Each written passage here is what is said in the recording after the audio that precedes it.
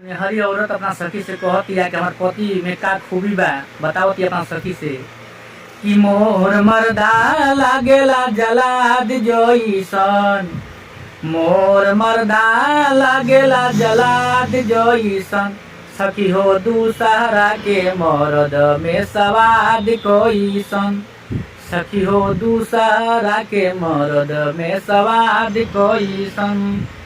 कैसन लागेला रामानी बुआ अनार हो, लमका बैगन के तरकारी जी, ए जी लमका बैगन के तरकारी जी।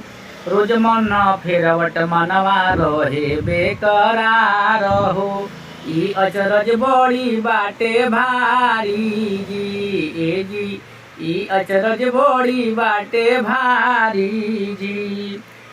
गजरा मुरैया के सवाद कोईसन हो, गजरा मुरैया के सवाद कोईसन।